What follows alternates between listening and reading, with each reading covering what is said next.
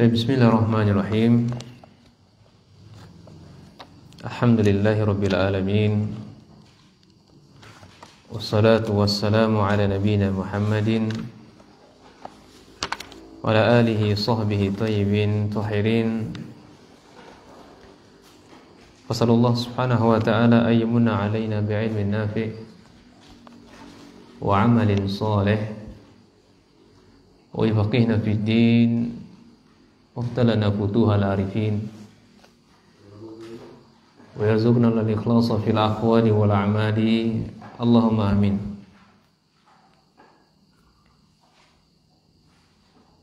Ahibati fillah rahimani wa rahimakumullah jami'an. Bitaufiqillah subhanahu wa ta'ala kita lanjutkan pembacaan kitab Fathul Qawil al-Matin fi syarhi al-arba'in wa tatimma al-khamsin yang dikarang Syekh Profesor Abdul Muhsin, guru besar, ulama besarnya hadis abad ini. Semoga Allah menjaga beliau. Allahumma amin. Tapi kita lanjutkan. Kita sudah sampai pada kalimat qala mu'allif rahimahullah ta'ala la yastaghni mutadayyinun an ma'rifatiha. Nah, sampai di situ kemarin. Berkaitan dengan hadis arba'in ini, seseorang yang mutadayyinun, yang beragama, ya, atau seorang penuntut ilmu, hendaknya mereka ini la yastaghni, ya, an ma'rifatiha, mestinya dia harus mengetahui atau kaya atau tidak miskin akan pengetahuan dia tentang hadis arba'in. Mafhumnya adalah hendaknya mereka hafal hadis arba'in an-nawawiyah, li'annaha kullaha sahihatun, karena hadis arba'in yang akan kita pelajari itu semuanya adalah sahih, semuanya sahih. Semuanya sahih. Siapa yang mau, Mas, yang dari Jano, kawan-kawan dari Sleman, bolehlah saya bantu untuk nyatatkannya. Ya. Nah, buku catatannya itu enggak apa.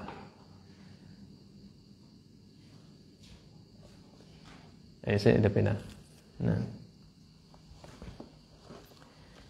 Jadi, saya sedang menjelaskan hendaknya para penuntut ilmu mereka mestinya hafal hadis arba'in. Ini wasiatnya, anjuran dari Syekh. Ya, Syekh menasihatkan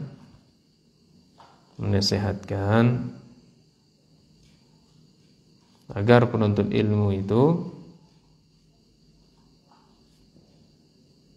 ia menghafal atau mengetahui hadis arba'in.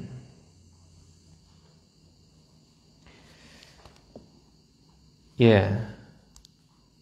Apa alasannya? Alasan di sini beliau, kita tarik kesimpulan saja. Di sini beliau menyebutkan ada beberapa alasan. Alasan pertama, li'annaha kullaha sahihatun. Semua hadis arba'in itu sahih semuanya.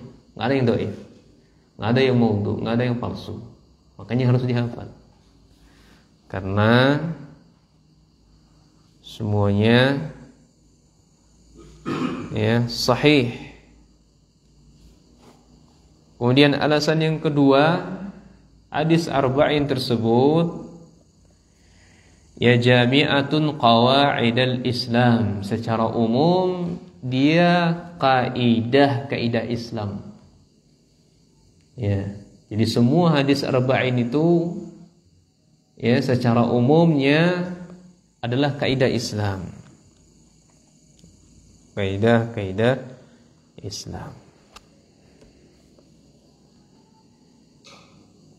Kemudian alasan ketiga beliau sampaikan fil usuli wal furu'i wal zuhdi wal adabi wal makarimil akhlaqi wa ghairi zalika. Di dalam hadis arba'in tersebut terdapat perkara-perkara usul. Ya, terdapat perkara usul. Apa itu perkara usul? Ini pondasi-pondasi keimanan, pondasi-pondasi agama. Ya, pondasi agama. Apa itu pondasi agama? Ini 3 hal. Man rabbuk wa man nabiyyuk wa ma dinuk.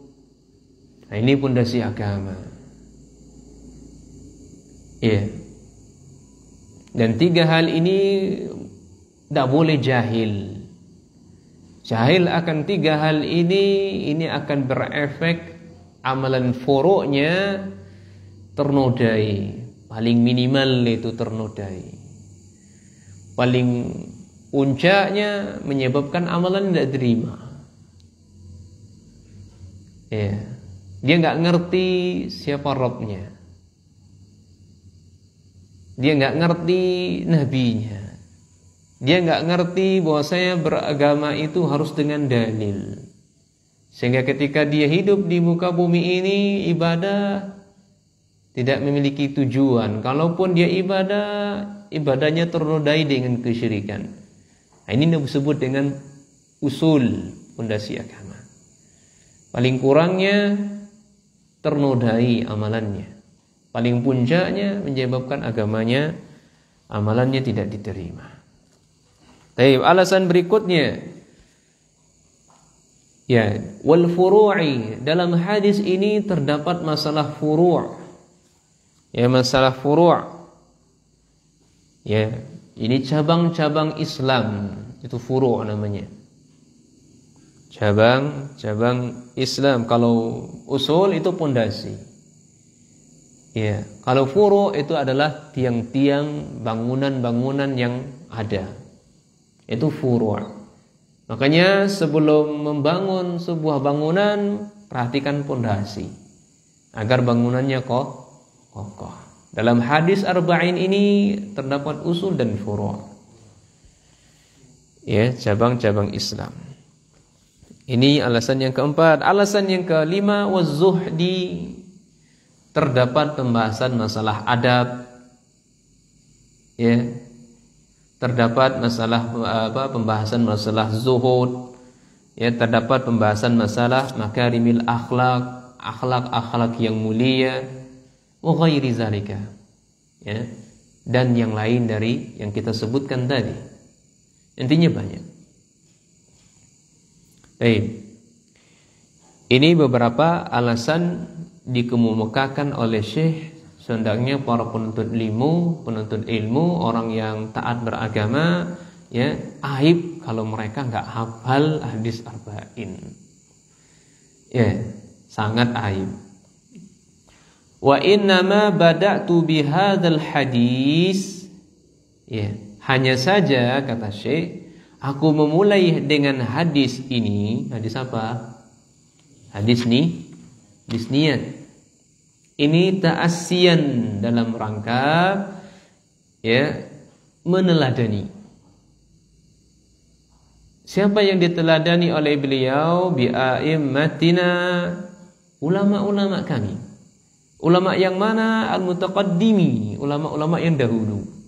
Ini contohnya sudah ada. Ya.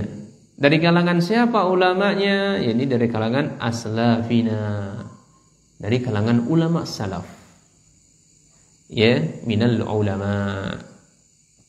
Baik. Jadi beliau sedang menyebutkan, ya, poin yang keduanya, Syekh memberi alasan. Syekh memberi alasan kenapa beliau memulai memulai kitab beliau ini dengan hadis niat. Alasannya mencontoh. Siapa yang dicontoh? Ulama-ulama yang terdahulu dari kalangan ulama salaf. Nah, siapa saja dari kalangan ulama salaf tersebut, ya, kata beliau, waqad ibtada'a bihi al-imam ahli hadis bila mudafa'atin Abu Abdullah al-Bukhari.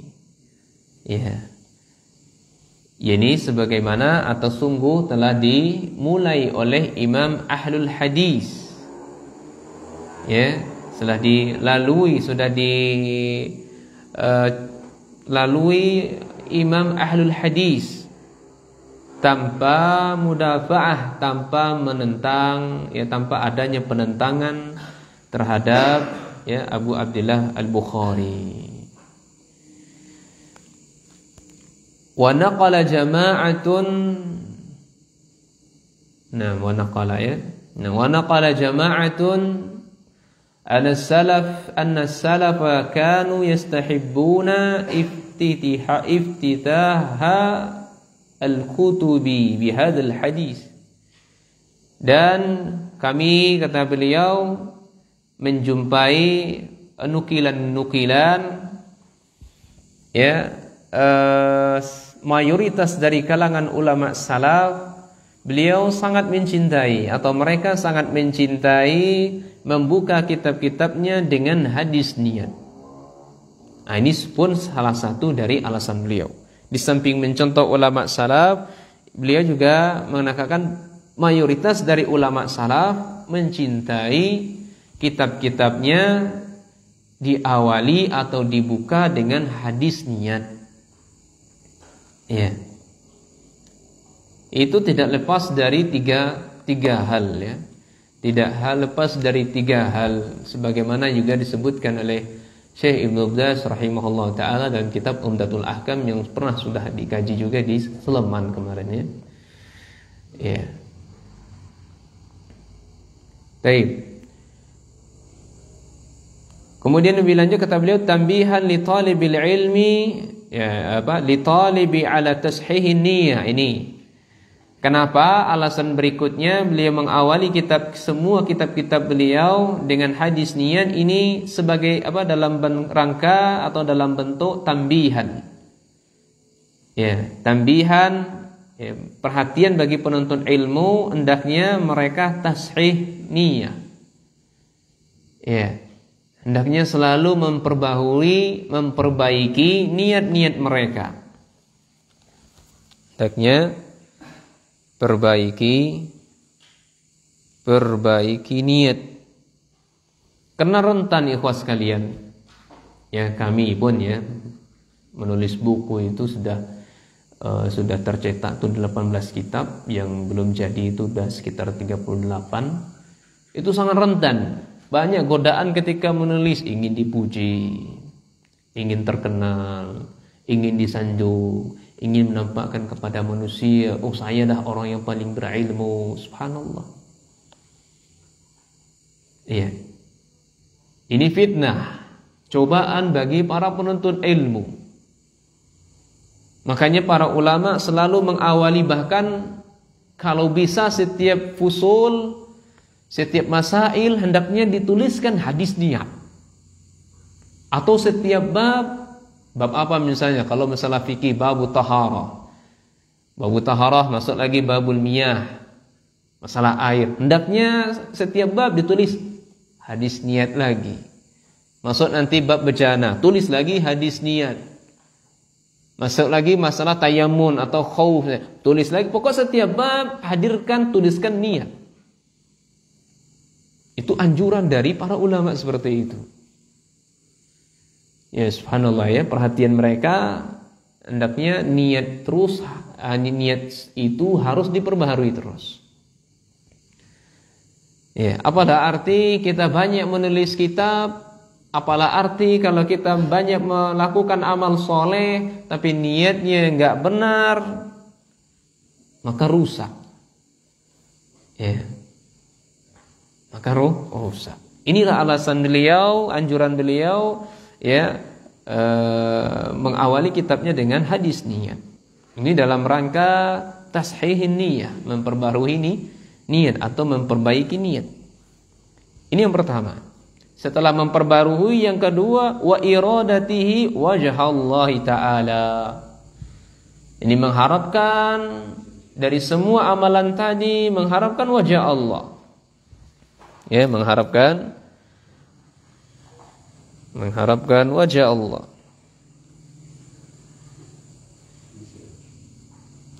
Ya. Bi jami'il a'malil barizati wal khafiyyah. Ya, di semua amalan kita, baik amalan itu yang sifatnya barizah. Barizah itu amalan yang nampak.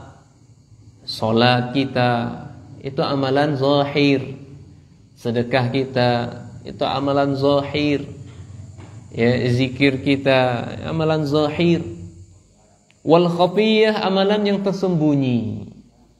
Ya. Amalan batiniyah. Jadi semua amalan yang nampak maupun yang tidak nampak, hendaknya mereka mencari wajah Allah SWT. Waruwina anil imami Abi Sa'id Abdul Rahman ibni Mahdi rahimahullah. Qala, telah meriwayatkan kepada kami dari Imam Abi Sa'id Abdul Rahman bin Mahdi rahimahullah ta'ala. Beliau berkata, Lau sannaftu kitaban bada'tu fi awwali kulli babin minhu bihadzal hadis. Ini yang kita sampaikan tadi. Ya. Setiap bab hendaknya dituliskan hadis niat. Asal kita membuka bab-bab tertentu dari permasalahan agama, hendaknya diawali dengan hadis niat. Ya, lau sannaftu. Seandainya saya ini menulis sebuah kitab, maka aku memulainya di setiap babnya ada hadis niat. Waruwina anhu aidan, diriwayatkan pula kepada kami, ya, qala man arada ayyusannifa kitaban falyabda bihadzal hadis. Siapa yang di antara kita yang menginginkan menulis sebuah buku, hendaknya diawali bukunya tersebut dengan hadis niat. Ya, semoga kami bisa mencontohnya, ya. Allahumma amin. Nah, karena rentan ikhwas sekalian, kitab-kitab yang sudah tersebar banyak sekali fitnah, godaan dan seterusnya. Wa qala Imam Abu Sulaiman Hamdu bin Muhammad bin Ibrahim, ya, Ibn Khattab al-Khattabi al-Syafi'i, Imam fi Kitabil Mu'alimi. Ya.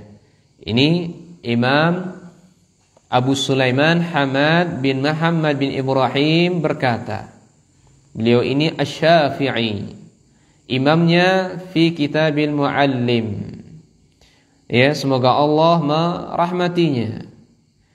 Ya. Kana al-mutaqaddimuna fi syuyukhina, dia mengatakan dahulu ulama-ulama terdahulu dari kalangan guru kami yastahibbuna taqdim al-hadis, mereka sangat mencintai, mereka sangat menyukai mengawali hadis niat. Ya, mencintai al-a'malu binniyat. Ya, amama kulli syai'in yunsha'u wa yubtada'u min umuriddin. Jadi al-a'malu binniyat itu di hal yang paling pertama sekali atas segala sesuatu dimunculkan dalam urusan agama. Dalam urusan agama. Dalam alasannya adalah ini li umumil hajah.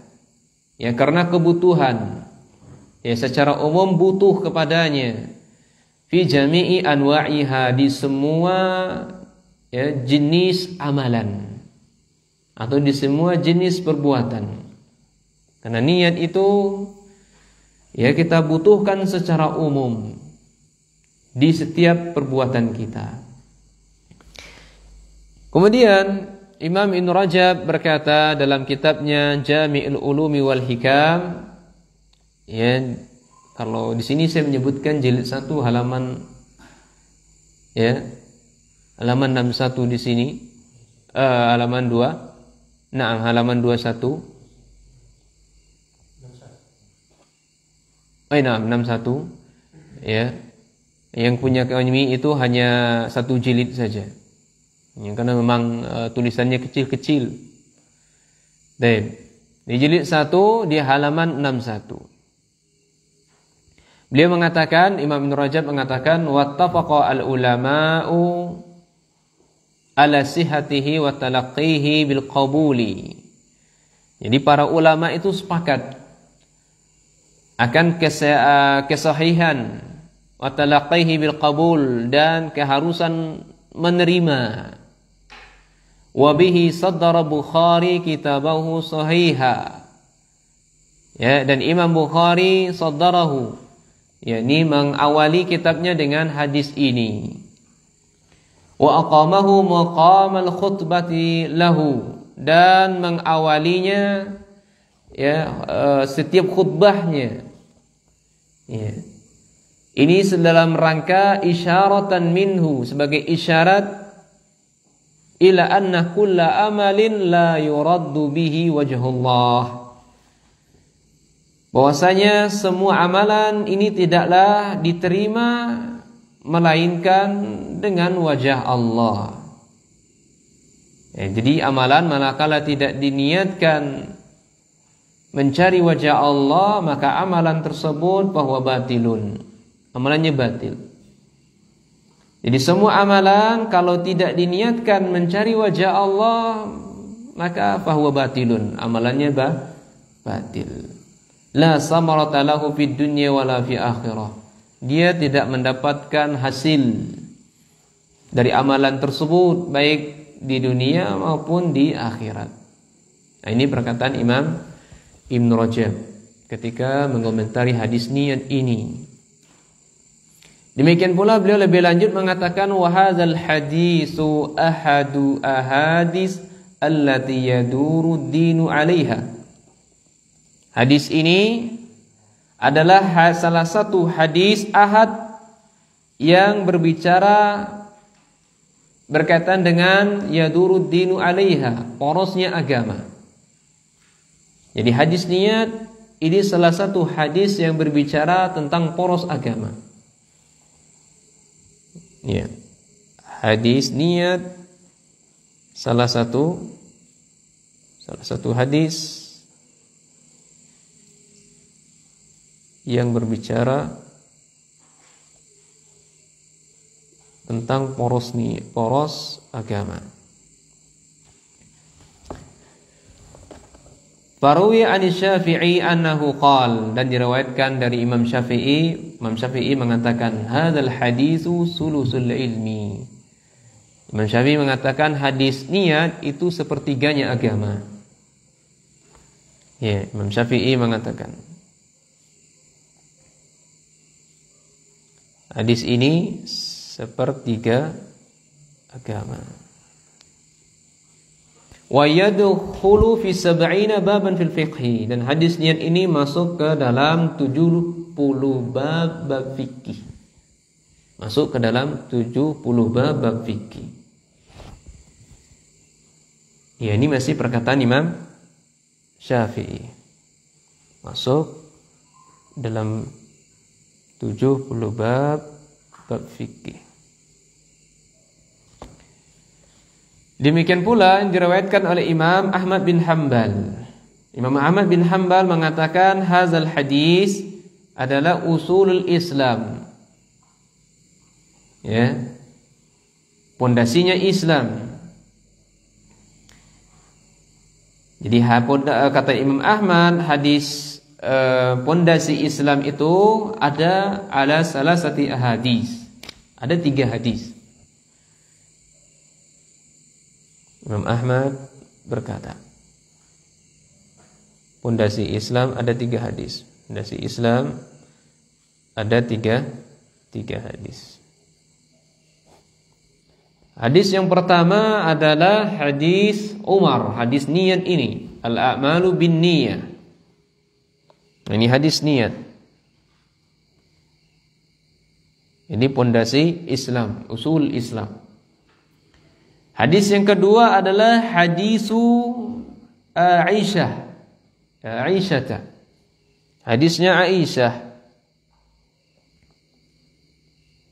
Hadis Aisyah. Yang mana hadisnya? Hadisnya adalah man ahdasa fi amrina hadza, man ahdasa fi amrina ma laysa minhu fahuwa raddun. Ya.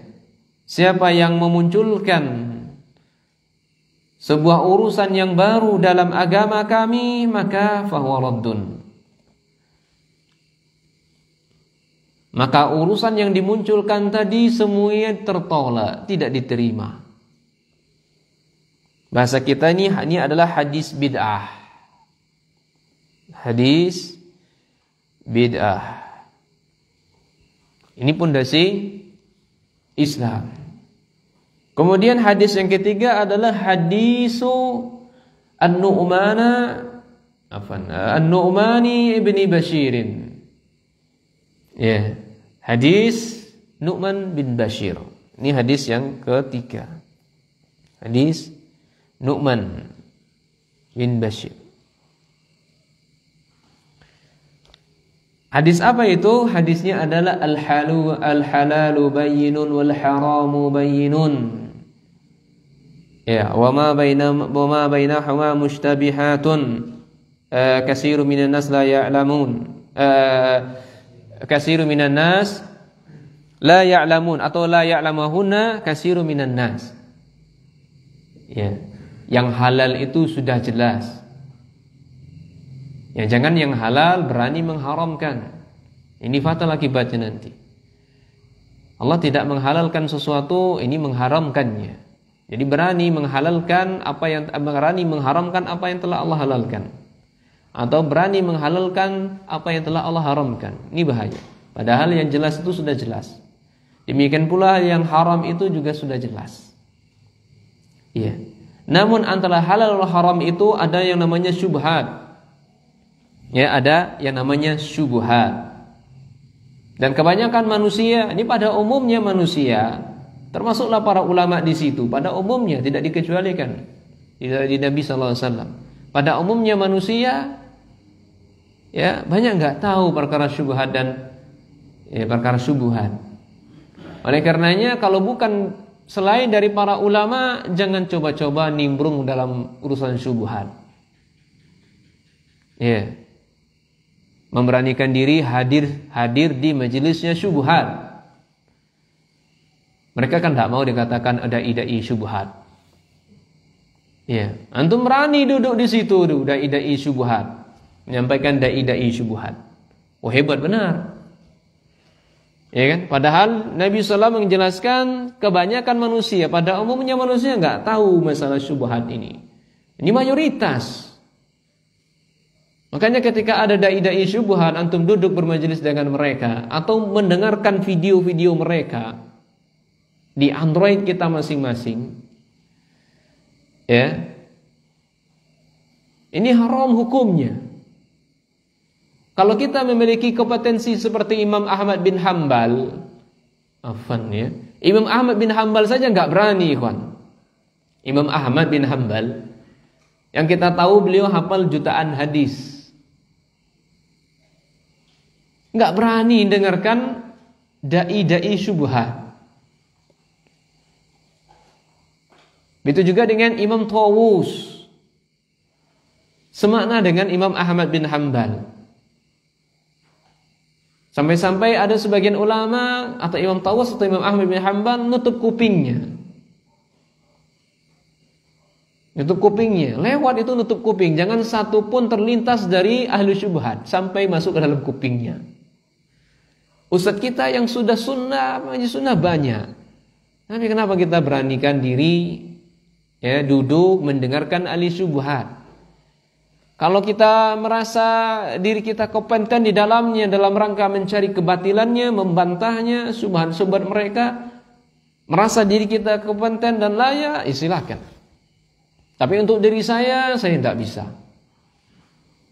Meskipun waktu keluar dari Pondok Jamil Rahman pernah dites oleh guru kami, ini sudah layak untuk keluar dakwah di masyarakat, ya alhamdulillah. Ya, kita diberikan izin. Dan beberapa kawan kami tidak lulus tes.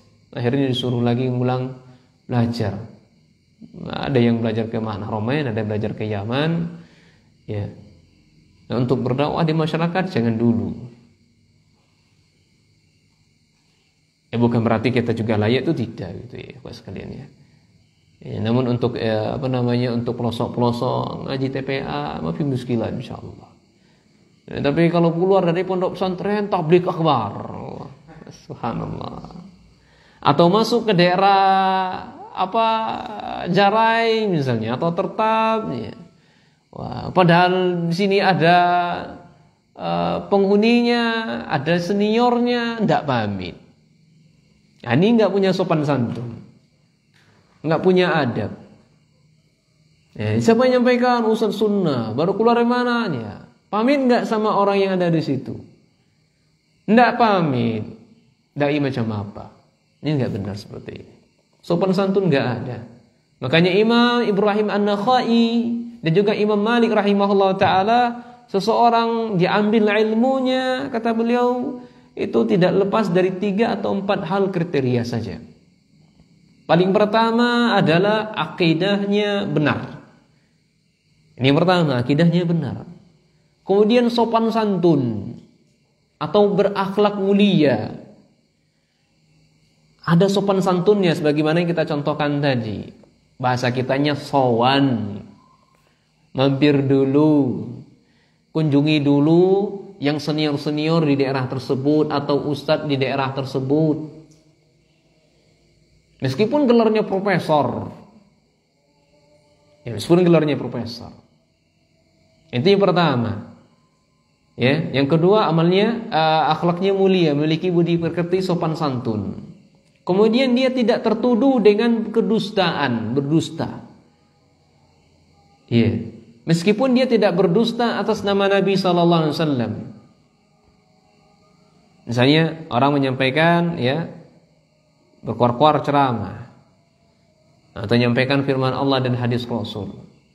Tapi di luarnya prakteknya dia berdusta, bahkan kepada ayam saja dia berdusta. Kasih makan ayam tapi tidak ada. Atau kasih makan bebek atau kambing, sapi, tapi tidak ada. Dia manggil saja. Atau kucing, pus, panggil saja. Kucing itu pada umumnya kalau dipanggil pus kasih makan, ya atau tidak? Tapi nggak ada. Ya, atau ayam kur, pada umumnya kur itu kita ngasih makan, tapi nggak ada makanannya, dusta. Nah, nggak boleh, cacat dalam hal ini. Ya, ini hadis tentang usul Islam. Ini pondasi Islam. Maka jangan pernah duduk nimbrung ya di majelisnya syubhat, ahli bid'ah. Ya. Inisialnya UAS, inisialnya UH, inisialnya AJ, inisialnya apalah bentuk inisialnya. Yang jelas mereka bukan dai sunnah. Kalau nggak ngerti Ustaz ini dai sunnah atau tidak, tanya sama guru kita. Guru kita kan punya link tertentu. Ini ustaz sunnah atau tidak. Dia akan mau cross check dari apa yang disampaikannya. Nah, Allah Ta'ala a'lam bisawab. InsyaAllah akan kita lanjutkan ya setelah Isya. Ya, semoga malam ini khatam nih ya. Semangat insyaAllah ya. Ngaji kitab tuh gini Pak. InsyaAllah. Ala kulli hal ya, kita azan, kemudian sholat, baru setelah itu lanjutkan lagi sama ya Nah, subhanakallah wa bihamdika asyhadu an la ilaha illa anta astaghfiruka wa atubu ilaik.